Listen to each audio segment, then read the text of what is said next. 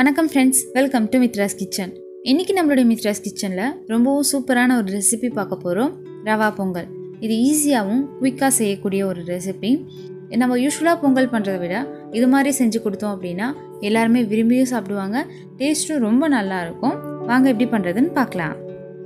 இன்றைக்கி நம்மளுடைய வீடியோவில் பார்க்க போகிற விஷயம் ரவையில் என்ன நன்மைகள் இருக்குதுன்னு பார்க்குறீங்களா? நிறைய நன்மைகள் இருக்குது. இதில் இருக்க விட்டமின் பியும் ஈயும் நம்மளுடைய இம்யூனிட்டி பவரை இன்க்ரீஸ் பண்ணும், நல்ல எனர்ஜி கிடைக்கும். அது மட்டும் இல்லாமல் இன்னும் பல நன்மைகள் இருக்குது. அதனுடைய ஒரு சில தொகுப்பு தான் இது. அதுக்கு முன்னாடி நம்ம சேனலை சப்ஸ்கிரைப் பண்ணலன்னா மறக்காமல் சப்ஸ்கிரைப் பண்ணுங்கள். பக்கத்தில் இருக்க பெல் ஐக்கானை ப்ரெஸ் பண்ணுங்கள். இப்போ செய்ய ஆரம்பிக்கலாம். ஃபஸ்ட்டு பருப்பு வேக வச்சுக்கலாம். அதுக்கு 150 கிராம் பாசி பருப்பை வாஷ் பண்ணிட்டு எடுத்துக்கலாம். நம்ம பருப்பு அளந்த கப்லேயே 3 கப் அளவு தண்ணி சேர்த்துக்கலாம். அடுத்து 1/4 டீஸ்பூன் மஞ்சத்தூள் சேர்த்து 3 விசில் விட்டுக்கலாம்.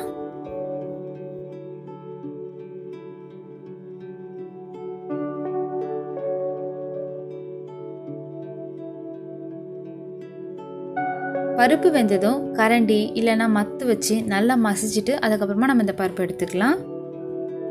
அடுத்து நம்ம ரவை வறுத்துக்கலாம். அதுக்கு பேனில் 1 டேபிள் ஸ்பூன் அளவு எண்ணெய் விட்டுக்கலாம்.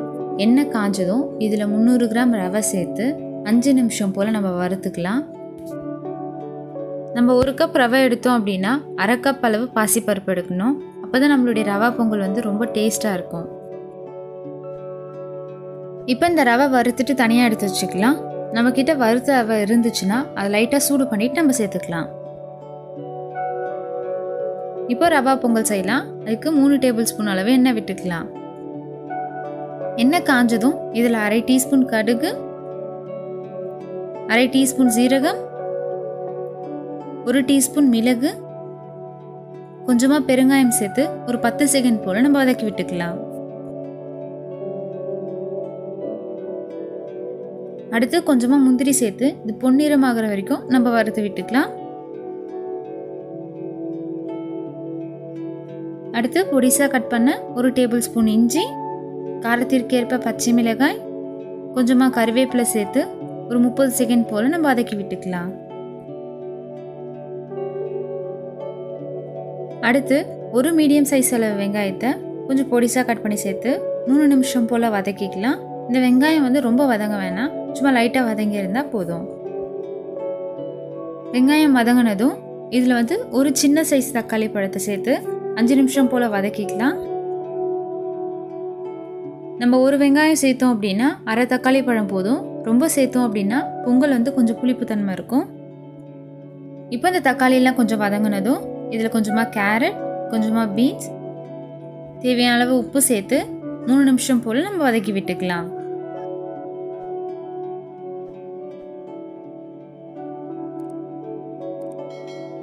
இப்போ இந்த காயெல்லாம் நல்லா வெந்துடுச்சு. அடுத்து நம்ம வறுத்து வச்சுருக்க ரவை சேர்த்து நல்லா கலந்து விட்டுக்கலாம். நம்ம ரவை வறுக்காமல் இதில் ஸ்ட்ரெயிட்டாக சேர்த்தோம் அப்படின்னா கொஞ்சம் பொங்கல் ஹார்டாக இருக்க மாதிரி இருக்கும். அந்த சாஃப்ட்னஸ் கிடைக்காது. அதனால தான் நம்ம வறுத்து சேர்த்துக்கிறோம். இப்போ இது எல்லாத்தையும் நல்லா கலந்து விட்டுட்டு நம்ம வேக வச்சு எடுத்துருக்க பருப்பு சேர்த்துக்கலாம். சேர்க்கறதுக்கு முன்னாடி அளந்துட்டு சேர்த்துக்கலாம். 1 கப் ரவைக்கு வேக வச்ச பருப்பும் தண்ணியும் சேர்ந்து 2.5 2.25 அளவுக்கு இருக்கலாம்.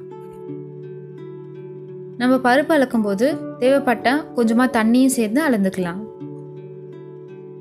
இப்போ இந்த ரவை பருப்பு எல்லாத்தையுமே நல்லா கலந்து விட்டுக்கலாம். இந்த ரவை ஒரு 5 நிமிஷம் போல் வேகட்டும். அப்போ தான் நமக்கு அந்த சாஃப்ட்னஸ் கிடைக்கும்.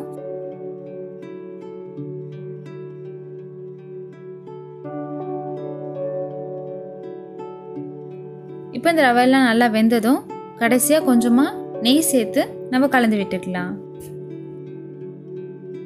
நம்மளுடைய சுவையான ரவா பொங்கல் ரெடி ஆகிடுச்சு. பாருங்கள் எவ்வளோ ஈஸியாக செய்யக்கூடியது. ரொம்ப சீக்கிரமாகவும் செஞ்சிடலாம். எல்லாருமே விரும்பி சாப்பிடக்கூடிய ஒரு ரெசிபி. நீங்களும் உங்கள் வீட்டில் ட்ரை பண்ணி பார்த்துட்டு மறக்காமல் உங்களுடைய ஃபீட்பேக்கை எங்களுக்கு கீழே கமெண்டில் சொல்லுங்கள். உங்களுக்கு இந்த வீடியோ பிடிச்சிருந்தால் மறக்காமல் லைக் பண்ணுங்கள், ஷேர் பண்ணுங்கள்.